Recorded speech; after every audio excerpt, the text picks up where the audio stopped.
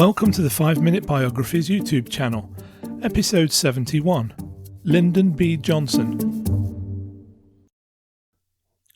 Lyndon Baines Johnson, known to most as LBJ, was born on the 27th of August 1908 in Gillespie County, Texas, USA. He was the eldest of 5 children born to a businessman, Sam Ely Johnson, and Rebecca Baines, who was the daughter of a prominent Texas state legislator. Although the family struggled to make ends meet due to Sam losing money speculating on cotton, after graduating from high school in 1924, Lyndon enrolled at Southwest Texas State Teachers College, which is now Texas State University. While studying there, he also took a teaching job at a Mexican-American school in Cotulla. LBJ graduated from college in 1930 and almost immediately got into politics, as he helped the Democrat Richard Kleberg with his congressional election campaign. When the campaign was successful, he accompanied the new congressman to Washington, D.C. as his legislative assistant. In 1934, at the age of 26, LBJ was introduced to Claudia Alta Taylor, who had been known to everyone since childhood as Lady Bird. There was an instant attraction, and on their first date at the Driscoll Hotel in Austin, Texas, he proposed.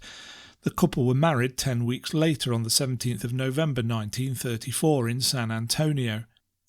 Unfortunately, Lady Bird suffered 3 miscarriages, but the couple went on to have 2 daughters, Linda Bird, who was born in 1944, and Lucy Baines, who was born in 1947, meaning that Lyndon, Lady Bird and their 2 daughters all had the initials LBJ.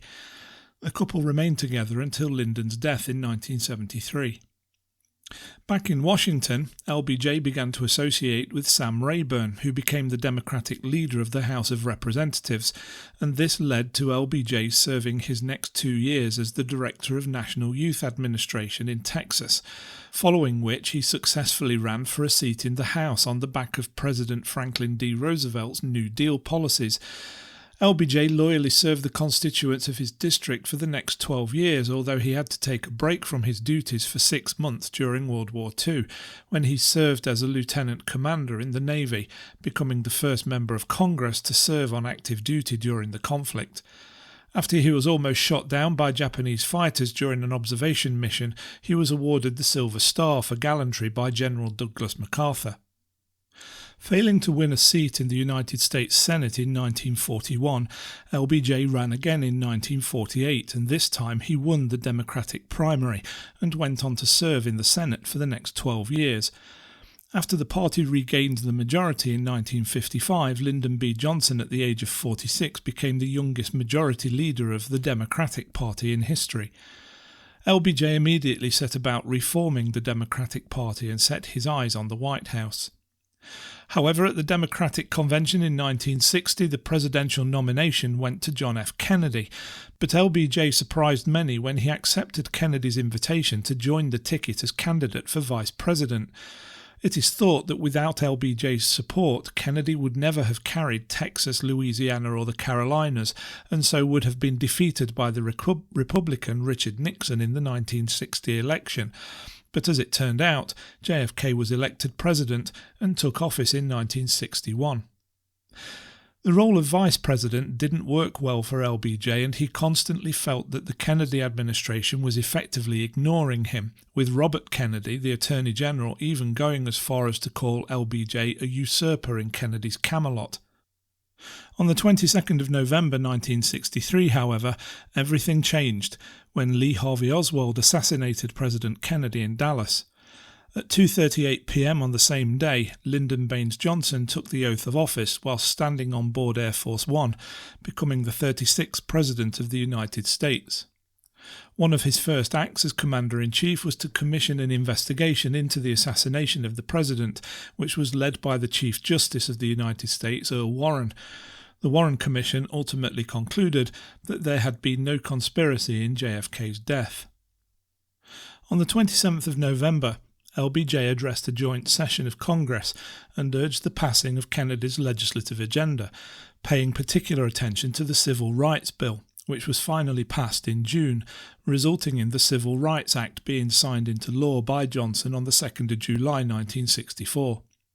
It was a profound piece of legislation, going a lot further than Kennedy had planned. With its passing, racial segregation and discrimination in public places was prohibited, as was racial and sexual discrimination in employment. At the University of Michigan in May 1964, LBJ had outlined his domestic agenda, which he called the Great Society Program. It started with the Civil Rights Act, but more was to come, including measures to fight poverty and new legislation establishing the Job Corps for the unemployed. The Voting Rights Act of 1965 abolished literacy tests and other tactics used to prevent African Americans from voting. Medicare, which provided health benefits for the elderly, and Medicaid, which provided health benefits for the poor, followed. The Great Society Program also tackled education, housing, transport, the environment and immigration. When he was returned to office for a second term with more than 61% of the popular vote, LBJ felt that he had been given the mandate by the people to push his reforms forwards.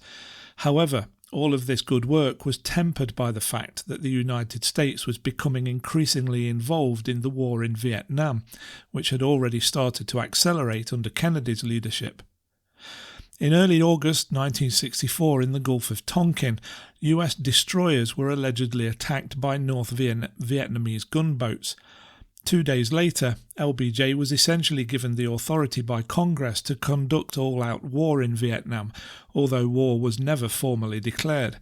He almost immediately committed more troops to the area, and in February 1965 he ordered massive bombing raids in the north of the country. By the end of the year, over 180,000 military personnel had been deployed to Vietnam. By its peak in 1968, that number had risen to 550,000. Consequently, American casualties started to increase, and with this the president's popularity started to decline. Student demonstrations against the war started in 1965, and this spread to other parts of the US population, and by 1968 many prominent political figures were calling for an end to the war. What's more, to pay for the war, a significant amount of money was being diverted away from the Great Society Program, with the result that a large number of African Americans were still living in slums, were still unemployed, and were still suffering from inadequate medical care, and so discontent in the general population continued to grow. The end of Lyndon B. Johnson's presidency saw the assassination of Martin Luther King, race riots, the assassination of Robert F. Kennedy, and anti-war protesters engaging in battles in the street with the police, all of which were seen by millions on television.